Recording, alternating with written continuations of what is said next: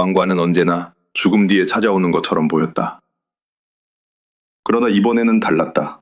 아버지는 살아있었고 아들은 그가 내려놓은 자리에 올라서야 했다.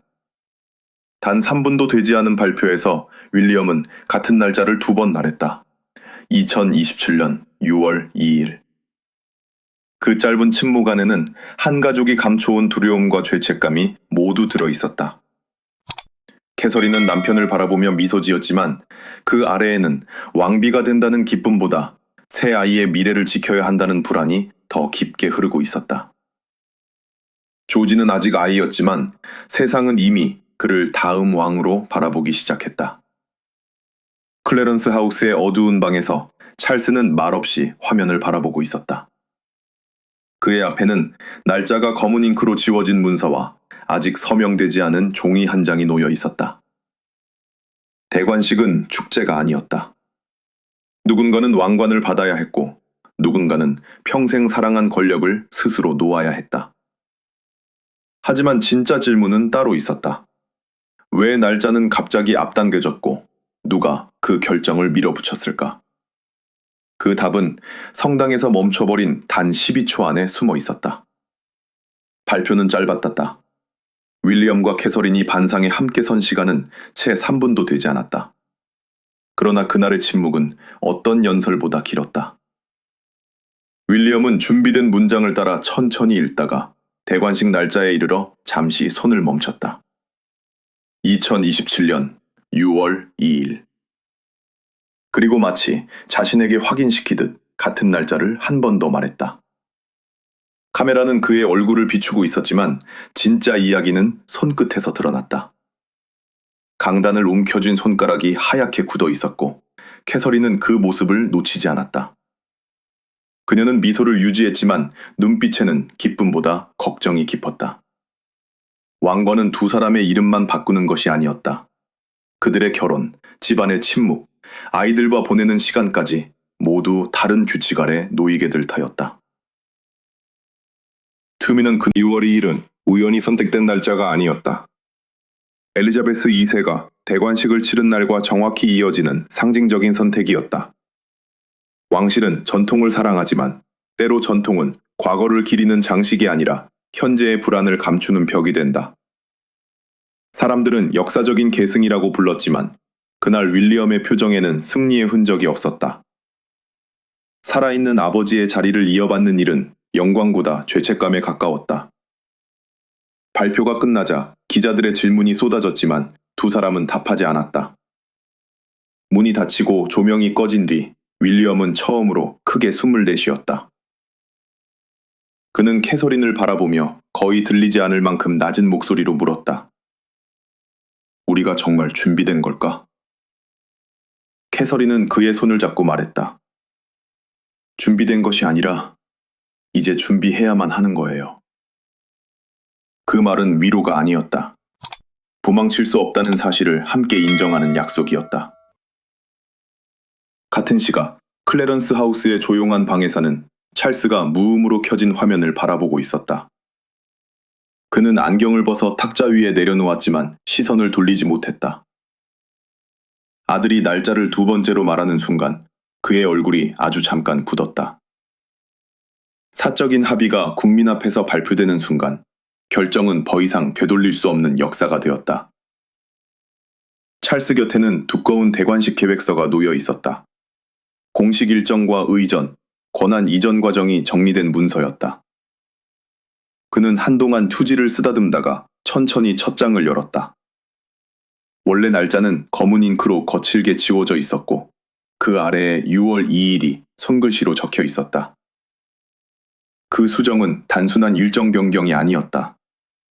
누군가 기다림을 끝내야 한다고 요구했고 누군가는 자신이 아직 놓고 싶지 않은 것을 내려놓아야 했다. 캐서린은 발표장을 떠난 뒤 곧바로 아이들에게 돌아갔다. 조지는 이미 인터넷에 올라온 반응을 읽고 있었다. 아빠가 왕이 되면 우리도 전부 달라지는 거예요? 캐서린은 화면을 조용히 덮었다. 그리고 아들의 머리를 쓰다듬으며 말했다. 너는 아직 아이여도 돼. 하지만 방을 나온 그녀는 한동안 움직이지 못했다. 지킬 수 있을지 확신하지 못하는 약속만큼 부모의 머를 아프게 하는 것은 없었다. 그날 밤 윌리엄은 서류 한 장을 따로 전달받았다. 봉투에는 발신인도 제목도 없었다. 안에는 세인트 조지 예배당에서 진행돼 비공개 리허설 시간이 적혀 있었고 맨 아래에는 찰스가 직접 남긴 짧은 문장이 있었다. 내일 와라. 네가 직접 보아야 할 것이 있다. 그 순간 윌리엄은 깨달았다. 6월 2일이라는 날짜 뒤에는 아직 세상에 공개되지 않은 사건이 있었다. 그리고 모든 것은 한 성당에서 시간이 멈춘 듯 이어졌던 단 12초에서 시작되었다. 발표가 끝난 밤 켄싱턴 궁의 불은 늦도록 꺼지지 않았다. 윌리엄은 수많은 축하 메시지를 읽고도 한 줄도 마음에 담지 못했다. 사람들은 새로운 시대를 말했지만 그의 머릿속에는 오직 한 사람만 떠올랐다. 아직 살아있고 아직 왕이며 이제 자신의 자리를 아들에게 내어주어야 하는 아버지였다. 그는 평생 왕이 되는 법을 배웠다. 그러나 아버지를 밀어내지 않고 왕이 되는 법은 누구도 가르쳐주지 않았다. 어린 시절부터 군복, 의전, 연설, 침묵까지 모든 것이 준비되어 있었지만 살아있는 아버지의 눈앞에서 왕관을 받는 순간만큼은 어떤 교과서에도 없었다. 왕관은 멀리서 보면 빛났지만 가까이 다가갈수록 가족의 얼굴을 비추는 차가운 거울에 가까웠다. 캐서린의 두려움은 다른 방향에서 자라고 있었다. 그녀는 조지의 방에 들어갔다가 아이가 온라인 기사와 사람들의 반응을 읽고 있는 모습을 보았다. 화면에는 벌써부터 미래의 왕이라는 말이 반복되고 있었다. 캐서린은 태블릿을 조용히 덮으며 말했다. 너는 아직 왕이 될 필요가 없어. 지금은 그냥 아이여도 돼. 조지는 잠시 망설이다가 물었다. 아빠가 왕이 되면 저도 반나줘야 하나요? 캐서린은 아니라고 대답했지만 목소리가 너무 부드러워 오히려 불안이 드러났다. 부모에게 가장 잔인한 순간은 거짓말을 하는 때가 아니다. 지키고 싶은 약속이 현실보다 약하다는 것을 스스로 아는 순간이다. 캐서린은 병과 치유를 지나며 삶을 보는 눈이 달라져 있었다. 회복은 단순히 몸이 나아지는 일이 아니라 남겨진 시간을 누구와 어떻게 쓸지 다시 배우는 과정이었다. 그녀는 더 이상 왕실의 완벽한 침묵을 강함이라고 믿지 않았다. 아픈데도 웃는 것이 의무라면 그 의무는 언젠가 가족을 안에서부터 무너뜨릴 수 있었다. 윌리엄 역시 구조조종사로 복무하던 시절을 떠올렸다. 그때 그는 위험 속으로 날아가 낯선 사람들을 구했다. 그러나 지금 그가 구해야 할 것은 한 사람이 아니었다. 아버지의 존엄, 아내의 건강, 아이들의 평범한 어린 시절, 그리고 흔들리는 왕실 전체였다. 문제는 이 네 가지를 동시에 지키는 방법이 없다는 데 있었다. 그날 저녁, 가족 식탁에는 평소보다 긴 침묵이 흘렀다. 루이는 분위기를 깨려는 듯 사소한 농담을 했고, 샬럿은 웃다가 곧 부모의 표정을 살폈다. 아이들은 설명을 듣지 않아도 어른들의 두려움을 알아차렸다. 닫힌 문보다 더 많은 것을 말하는 것은 식탁 위에서 갑자기 멈춰버린 대화였다. 밤이 깊자 윌리엄은 캐서린에게 조용히 고백했다. 나는 왕으로 실패하는 것보다 아버지로 실패하는 게 더 두려워. 캐서린은 한동안 대답하지 않았다. 그리고 그의 손을 잡으며 말했다. 그 두려움을 잃지 마요. 왕관이 당신을 바꾸더라도 그 두려움은 당신이 누구였는지 기억하게 해줄 테니까. 바로 그때 전화가 울렸다. 화면에는 찰스의 이름이 떠 있었다. 윌리엄이 받자 아버지의 목소리는 짧고 낮았다. 내일 세인트 조지 예배당으로 와라. 설명으로는 부족하다. 네가 직접 봐야 한다. 통화는 곧 끊겼다. 윌리엄은 한참 동안 검게 변한 화면만 바라보았다. 그가 아직 몰랐던 것은 다음날 성당에서 멈춰버릴 12초가 왕관의 방향뿐 아니라 한 가족의 운명까지 바꾸게 되리라는 사실이었다. 다음 날 아침, 세인트 조지 예배당의 공기는 유난히 차가웠다. 가터 훈장단 비공개 리허설에는 찰스와 윌리엄, 앤 공주, 그리고 소수의 의전 책임자만 참석했다. 모든 동작은 수백 년 동안 반복된 순서대로 흘러가야 했다. 왕실은 실수를 용납하지 않는 것이 아니라 실수가 존재했다는 사실 자체를 지우는 법을 배워온 조직이었다. 찰스는 정해진 위치까지 천천히 걸었다. 처음에는 아무도 이상을 느끼지 못했다. 그러나 다음 신호가 울렸는데도 그는 움직이지 않았다. 시선은 재단이 아닌 반대편을 향했고 손은 허공에서 잠시 멈췄다. 1초, 2초, 그리고 12초. 짧은 시간이었지만 성당 안에서는 한 시대가 숨을 멈춘 것처럼 길게 느껴졌다. 윌리엄은 누구의 지시도 기다리지 않았다.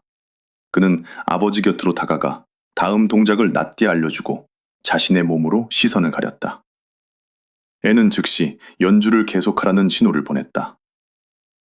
음악이 다시 흐르자 멈췄던 의식은 아무 일도 없었던 듯 이어졌다. 그러나 그 자리에 있던 사람들은 모두 알고 있었다.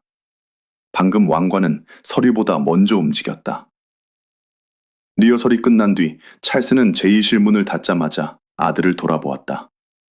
그의 목소리는 낮았지만 분노는 감춰지지 않았다.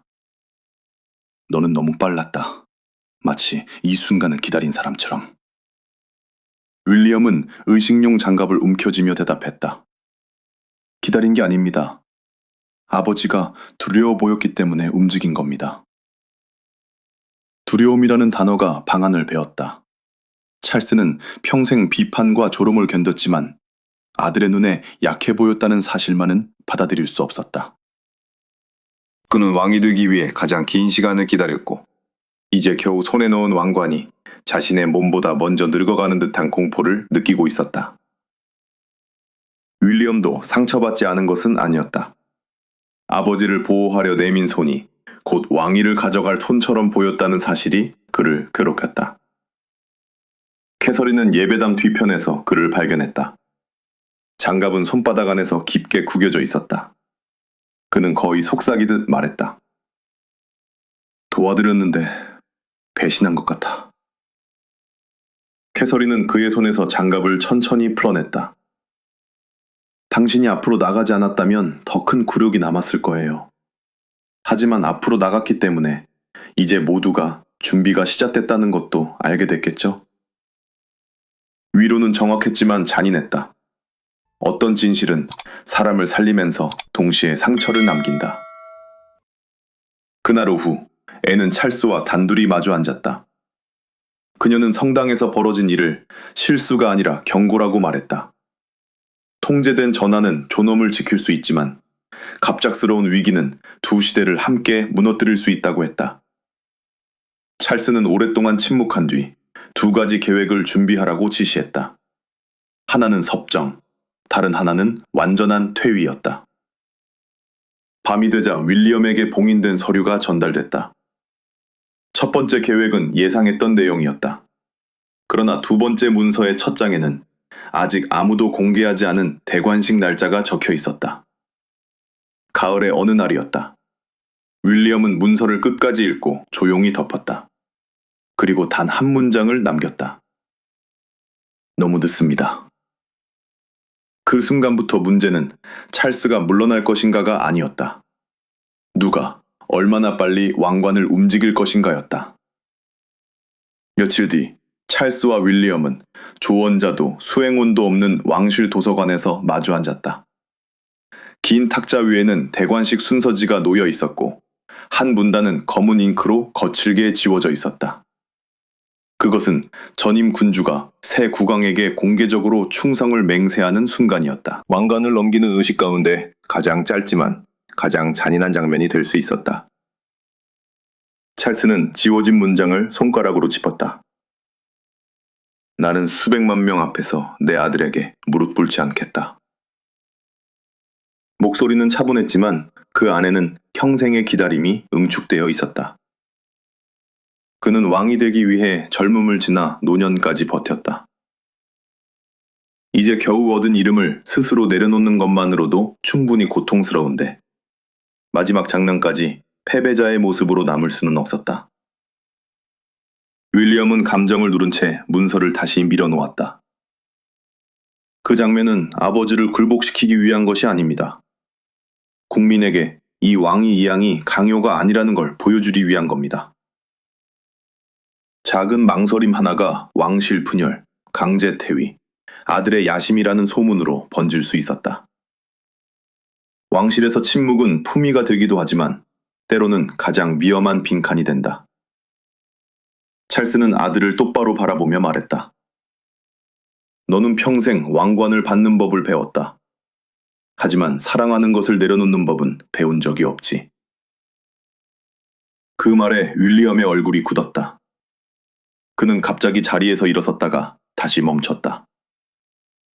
저도 이 방식은 준비하지 못했습니다. 저는 부모를 잃은 뒤 왕이 될 거라고 배웠습니다. 살아있는 아버지의 자리를 차지하는 일은 승리가 아닙니다. 아직 아버지가 사랑하는 것을 제가 가져가는 것처럼 느껴집니다. 두 사람 사이에 긴 침묵이 흘렀다. 왕과 후계자는 사라지고 서로를 잃을까 두려운 아버지와 아들만 남았다. 그러나 사랑은 언제나 갈등을 끝내주지 않는다. 오히려 가장 가까운 사람에게 더 깊은 상처를 남길 때가 있다. 회의가 2시간 가까이 이어졌을 때 캐서린이 조용히 들어왔다. 그녀는 누구의 편도 들지 않았다. 대신 검게 지워진 문단을 바라보다가 물었다.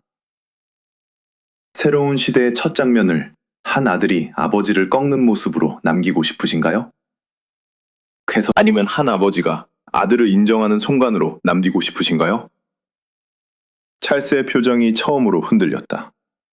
그는 무릎을 꿇지 않는 대신 일어서서 윌리엄의 주권을 인정하겠다고 제안했다. 윌리엄은 잠시 망설인 뒤 받아들였다. 두 사람은 악수하지도 웃지도 않았다. 그러나 탁자 위에 놓인 검은 선은 더 이상 전쟁의 흔적이 아니라 타협의 경계가 되었다.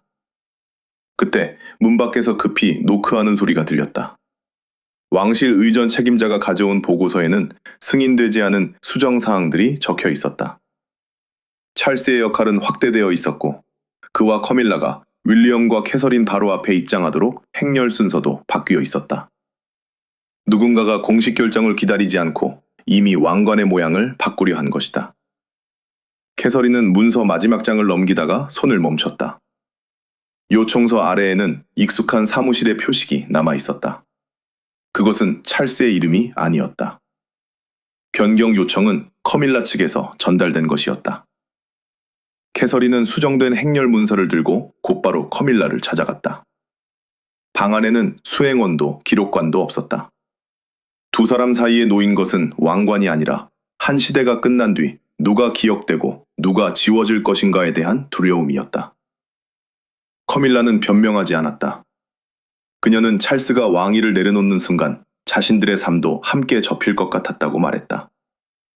수십 년 동안 비난을 견디고 마침내 왕비의 자리에 섰지만 이제 또 다른 여성이 왕관을 받는 순간 자신은 역사 속 짧은 각주로 남을지 모른다는 공포였다. 나는 권력을 지키려 한 게 아니에요. 우리가 사라지는 속도를 늦추고 싶었을 뿐이에요. 캐서린은 그 고백을 조용히 들었다. 그러나 이해와 양보는 같은 것이 아니었다.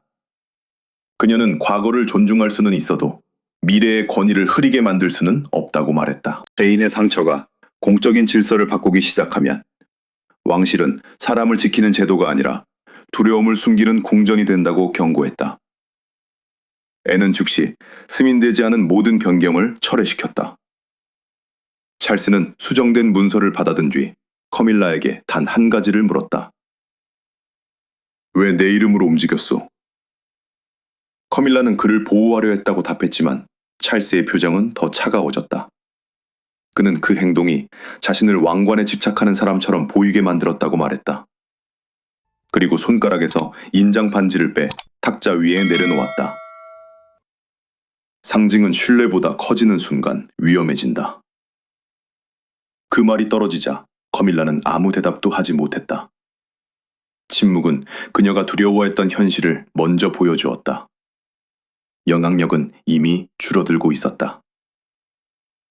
같은 밤, 윌리엄은 찰스의 서재에서 아직 서명되지 않은 퇴미 문서를 발견했다. 빈 의자와 문서 사이에 서 있는 그는 처음으로 왕위 계승의 외로움을 온몸으로 느꼈다. 그때 캐서린이 들어와 오래 간직해온 봉투를 꺼냈다.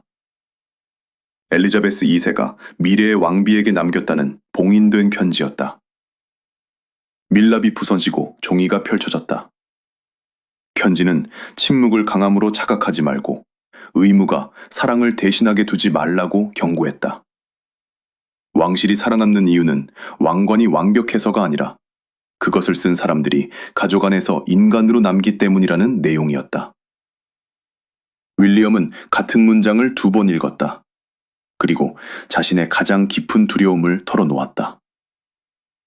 왕으로 실패하는 것보다 조지, 샬럿, 루이가 자신에게서 멀어지는 것이 더 무섭다고 했다. 캐서린도 왕비가 된 뒤 아픔을 숨기는 능력으로 평가받을까 두렵다고 고백했다. 두 사람은 대관식 맹세문 아래에 사적인 약속을 적었다. 아이들을 제도의 도구로 만들지 않으며 의무를 가르치되 사랑을 빼앗지 않겠다는 약속이었다. 바로 그때 찰스가 방으로 들어왔다. 그는 말없이 문서 앞에 앉아 펜을 들었다. 한 번의 서명이 한 시대를 끝낼 수 있다는 사실 앞에서 손이 잠시 멈췄다. 이 결정을 후퇴가 아니라 보호로 기억해다오. 윌리엄은 아버지의 눈을 바라보며 대답했다. 그렇게 기록될 겁니다. 찰스는 마침내 서명했다. 윌리엄은 왕이 아닌 아들로서 그를 끌어안았다. 하지만 가족이 겨우 하나로 돌아온 바로 그 순간 궁 밖에서는 비공개 문서의 일부가 언론으로 흘러가기 시작했다.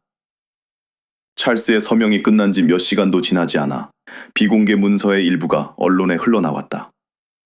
누군가는 왕이 건강 때문에 밀려났다고 썼고 누군가는 윌리엄이 왕위를 서둘러 차지했다고 주장했다. 커밀라가 마지막까지 영향력을 지키려 했다는 보도까지 이어지자 궁전 안에서 어렵게 봉합된 상처가 국민 앞에서 다시 벌어지기 시작했다. 왕실 참모들은 침묵이 최선이라고 말했다. 그러나 캐서린은 고개를 저었다. 침묵은 투미가 될 수 있지만 설명을 피하는 순간 의혹의 먹이가 된다는 것을 그녀는 알고 있었다. 엘리자베스의 편지에 적힌 문장이 다시 떠올랐다. 강함은 감정을 숨기는 데 있지 않고 진실을 감당하는 데 있었다. 찰스는 결국 직접 카메라 앞에 섰다. 그의 목소리는 평소보다 느렸지만 흔들리지 않았다. 그는 왕위 이양이 강요된 결정이 아니며 윌리엄과 캐서린에 대한 신뢰는 완전하다고 밝혔다. 커밀라는 그의 곁에 서 있었지만 아무 말도 하지 않았다. 그 침묵은 더 이상 반항이 아니었다. 자신이 물러서야 할 자리를 받아들이는 첫 번째 표현이었다. 버킹엄 궁 앞에는 수백 명이 모였다. 누군가는 찰스를 위해 꽃을 들었고 누군가는 새로운 시대를 환영하는 깃발을 흔들었다. 그때 한 아이가 손으로 만든 작은 팻말을 들어 올렸다. 고마워요, 찰스. 우리는 윌리엄과 캐서린을 맞을 준비가 됐어요. 짧은 문장이었지만 어른들이 며칠 동안 찾지 못한 균형이 그 안에 있었다. 조지는 그 장면을 아버지와 함께 지켜보다가 말했다. 할아버지를 버리지 않으면서 아빠를 받아들이는 말 같아요. 윌리엄은 대답하지 못했다. 아들의 한마디가 자신과 찰스가 수없이 다투며 붙잡으려 했던 진실을 정확히 찔렀기 때문이다. 왕위 계승은 누군가를 지우는 일이 아니라 서로 다른 시대가 같은 가족 안에서 자리를 바꾸는 일이었다. 대중의 시선은 곧 새 왕실이 무엇을 바꾼 것인가로 향했다. 국민이 원한 것은 더 화려한 마차나 더 긴 의식이 아니었다. 세금과 왕실 재정이 어디에 쓰이는지, 왕실이 평범한 사람들의 고통을 얼마나 이해하는지 보여달라는 요구였다. 왕관은 오래되었지만 그것을 바라보는 국민의 기준은 이미 달라져 있었다. 윌리엄은 화려한 행사보다 실제 결과로 평가받는 군주제를 만들고 싶어 했다. 환경 문제와 노숙 문제, 젊은 세대의 불안을 왕실의 중심 의제로 끌어오려 했다. 캐서린은 자신의 치료와 회복 경험을 떠올리며 병이 끝난 뒤에도 계속되는 보이지 않는 두려움과 가족의 돌봄을 외면하지 않겠다고 다짐했다. 커밀라는 그날 늦게 캐서린을 찾아갔다. 그녀는 행렬 순서를 바꾸려 했던 일을 사과했다. 캐서린은 사과를 받아들이면서도 분명히 선을 그었다. 두려움은 이해할 수 있어요. 하지만 다시는 두려움이 공적인 의무를 움직이게 해서는 안 돼요. 커밀라는 천천히 고개를 끄덕였다. 국민은 날짜를 받아들였고 찰스는 아들을 공개적으로 지지했으며 가족은 겉으로 다시 하나가 되었다. 그러나 마지막 의무는 남아 있었다. 웨스트민스터 사원에서 찰스가 실제로 윌리엄을 바라보는 순간 그의 목소리는 끝까지 흔들리지 않을 것인가. 왕관의 이동은 문서로 시작될 수 있다. 하지만 한 시대가 정말 끝났다는 증거는 오직 사람의 눈빛에서만 드러난다. 2027년 6월 2일 아침, 웨스트민스터 사원의 종이 울리자 런던의 공기는 오래된 역사와 새로운 두려움 사이에서 떨렸다. 수많은 사람은 한 왕의 시작을 기다렸지만 그 문 안으로 들어가는 가족에게 이날은 승리보다 작별에 가까웠다. 왕관은 빛났지만 그것을 향해 걷는 발걸음은 누구보다 무거웠다. 윌리엄과 캐서린은 나란히 사원에 들어섰다. 윌리엄은 혼자 앞서지 않았고 캐서린도 몇 걸음 뒤에서 장식처럼 따르지 않았다. 두 사람은 같은 속도로 걸었다. 그 짧은 장면은 새 시대의 약속이었다.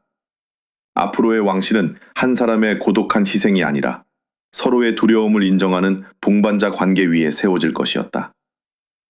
찰스는 커밀라와 함께 지정된 자리에 앉아 그들을 바라보았다. 얼굴에는 슬픔이 남아 있었지만 더 이상 붙잡으려는 사람의 표정은 아니었다. 커밀라도 입장 순서나 자리를 바꾸려 하지 않았다. 때로 가장 어려운 존엄은 중심에 서는 것이 아니라 자신이 물러난 자리를 흔들지 않는 데서 시작된다. 마침내 충성 서약의 순간이 왔다.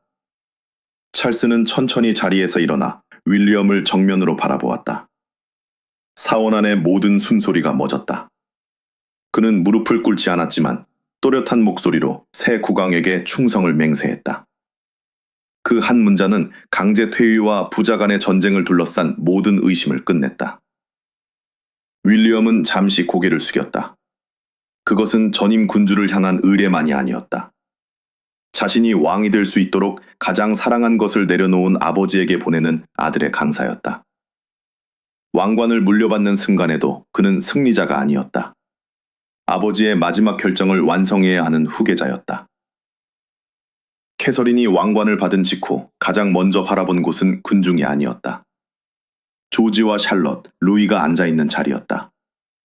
조지는 압도된 표정으로 부모를 바라보았고 윌리엄은 멀리서 조용히 고개를 끄덕였다. 왕실의 도구로 키우지 않겠다는 약속, 의무를 가르치되 사랑을 빼앗지 않겠다는 약속이 말없이 다시 이어졌다. 애는 의식이 끝나갈 무렵 찰스의 얼굴에서 오래된 긴장이 사라지는 것을 보았다. 그는 왕실을 잃은 사람이 아니었다. 놓아야 할 순간을 스스로 선택함으로써 마지막까지 왕실을 지킨 사람이었다. 권력은 붙잡을 때 강해 보이지만 가장 큰 힘은 때가 되었을 때 놓을 줄 아는 데서 드러난다. 사원을 나서기 전 커밀라는 캐서린에게 다가가 손을 잡았다. 그것은 패배를 인정하는 몸짓이 아니라 달라진 자신의 위치를 받아들이는 마지막 인사였다. 캐서린도 손을 놓지 않았다. 새로운 시대는 과거를 지우는 것으로 시작하지 않았다. 다만 과거가 미래를 지배하지 못하도록 경계를 세웠다. 윌리엄은 첫 연설에서 찰스의 봉사와 캐서린의 용기, 국민의 신뢰를 언급했다. 그리고 더 투명하고 더 책임지며 고통받는 사람들과 더 가까운 왕실을 약속했다. 환경과 노숙, 아이들의 성장과 가족의 회복은 더 이상 궁전 밖의 문제가 아니었다. 그날 왕관은 한 사람의 머리에서 다른 사람의 머리로 옮겨졌다. 그러나 왕실을 지킨 것은 금과 보석이 아니었다. 떠나는 사람을 모욕하지 않고 오는 사람을 두려워하지 않기로 한 선택이었다. 새 시대의 진정한 승리는 윌리엄이 왕이 된 데 있지 않았다. 한 가족이 권력보다 서로를 먼저 붙잡았다는 사실에 있었다.